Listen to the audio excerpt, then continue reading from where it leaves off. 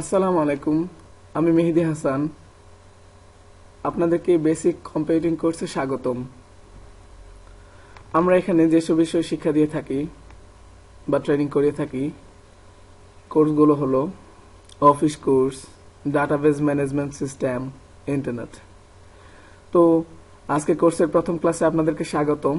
আজকে আমরা শিখব কিভাবে মাইক্রোসফট অফিস ওয়ার্ড 2007 ওপেন করতে হয়।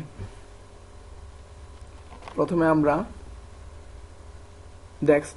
ডেস্কটপের নিচের বাম পাশে যে স্টার্ট বাটন আছে সেই স্টার্ট বাটনে ক্লিক করব।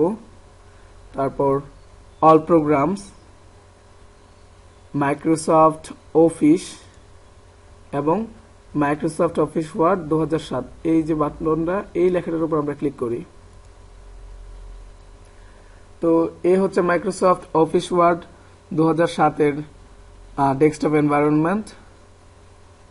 আমরা এখন শিখব কিভাবে মাইক্রোসফট অফিস ওয়ার্ড 2007 বন্ধ করতে হয় বা ক্লোজ করতে হয়।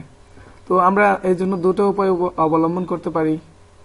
প্রথমত, সোজা উপরের যে ক্রস চিহ্নটা আছে এই চিহ্নটাতে আমরা ক্লিক করতে পারি, তাহলে বন্ধ হয়ে যাবে। সিমিলারলি আমরা যদি আবার যাই অফিস ওয়ার্ড 2007, এখন আমরা যে উপায় অবলম্বন করে বন্ধ করব সেটা হচ্ছে, প্রথমে এই যে উপরে কোনায় যে বাটনটা আছে ওটার নাম হচ্ছে অফিস বাটন। অফিস বাটনে ক্লিক করব, তারপর এক্সিট ওয়ার্ড এই বাটনটিতে ক্লিক করব।